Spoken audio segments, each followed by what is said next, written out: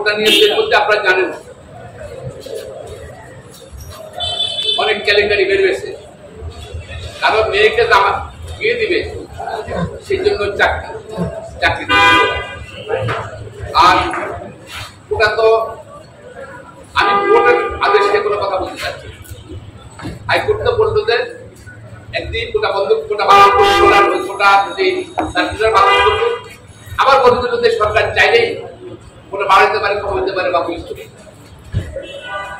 আমি এটা সরকারের সেই চিন্তা ভাবনা চিন্তা ভাবনা তাদেরকে বল প্রয়োগ থেকে বেড়ে থাকার জন্য এটা মানবাধিকার লঙ্ঘন, মৌলিক অধিকার লঙ্ঘন। গণতান্ত্রিক শাসন ব্যবস্থায় যদি দাবি করি আমরা ব্যক্তি অনেক কেলেঙ্কারি বের হয়েছে। কারণ মেয়েকে জামা বিয়ে দিবে সেই জন্য চাকরি আর ওটা তো আমি কোর্টের আদেশে কোনো কথা বলতে চাচ্ছি। হাইকোর্ট তো বললো যে একদিন কোটা বন্ধ আবার বলে দিল যে সরকার চাইলেই কোটা বাড়াইতে পারে কমাইতে পারে বা বুঝতে। আমি এটা অস্পষ্ট প্রত্যেক আদেশে যেটা বললেন সরকার কাছে তার সমর্থনে আর অধিকার চাকরির অধিকার কর্ম অধিকারে বক্তব্য রাখতে পারে, আন্দোলন করতে পারে এবং ঠান্ডা করবে। এটা কিন্তু সভ্যতাদের জন্য করতে পারে না আর মৌলিক অধিকার লঙ্ঘন করবে সেটা হইতে পারে। আমি সরকারের মাননীয় মন্ত্রীদেরকে আইন শৃঙ্খলা বাহিনীকে অনুরোধ করবো সরকার আইন শৃঙ্খলা বাহিনীকে কোটা বিরোধী আন্দোলন উপর লেলিয়ে দিচ্ছে কিন্তু চাচ্ছে না। সেটাকে বিরুদ্ধে রাখুন এবং অতিরিক্ত বল প্রয়োগ করছেন বিরুদ্ধে রাখুন। মানবাধিকার মৌলিকাধিকার লঙ্ঘন করবেন না। আর কোটা নিয়ে শেষ করতে আপনারা জানেন অনেক কেলেঙ্কারি বের হয়েছে। কারণ মেয়েকে জামা বিয়ে দিবে সেই জন্য চাকরি আর ওটা তো আমি কোর্টের আদেশে কোনো কথা বলতে চাচ্ছি। হাইকোর্ট তো বললো যে একদিন কোটা বন্ধ আবার বলে দিল যে সরকার চাইলেই কোটা বাড়াইতে পারে কমাইতে পারে বা বুঝতে। আমি এটা অস্পষ্ট প্রত্যেক আদেশে যেটা বললেন সরকার কাছে তো ক্ষমতা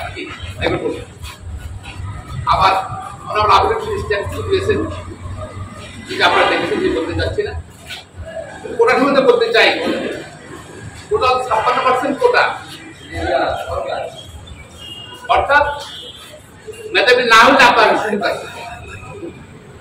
আবার ড্রাইভার আবেদনে যেভাবে গত 25-30 বছরের পর দুর্নীতি করছে, তথ্যপত্র দান করছে, ফাঁস করছে, মিশিয়েছে, তারা ধরেন 15% কোটা, তাহলে 56-15 71%।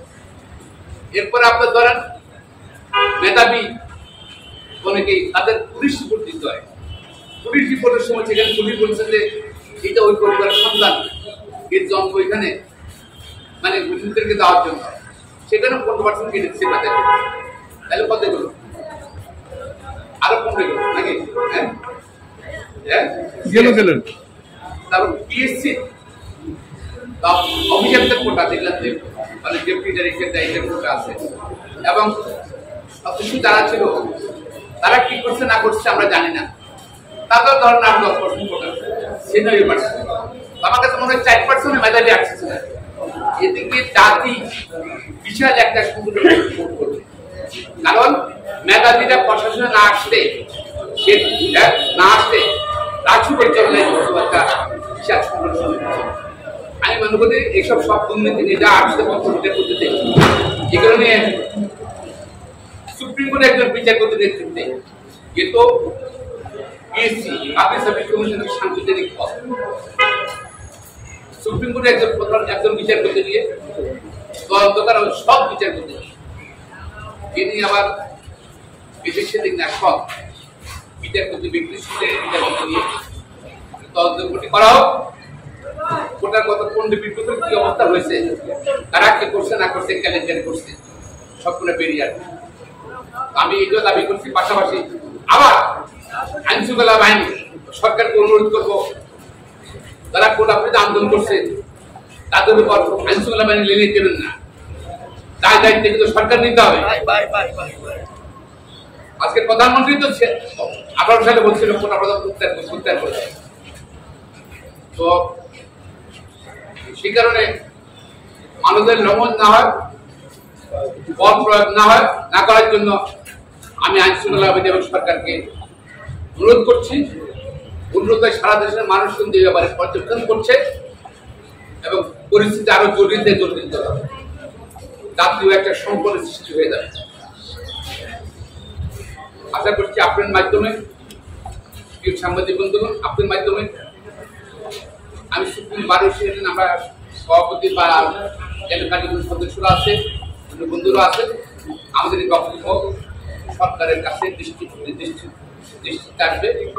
সরকার অতিরিক্ত বল প্রয়োগ বা যে কোনো রকম বল প্রয়োগ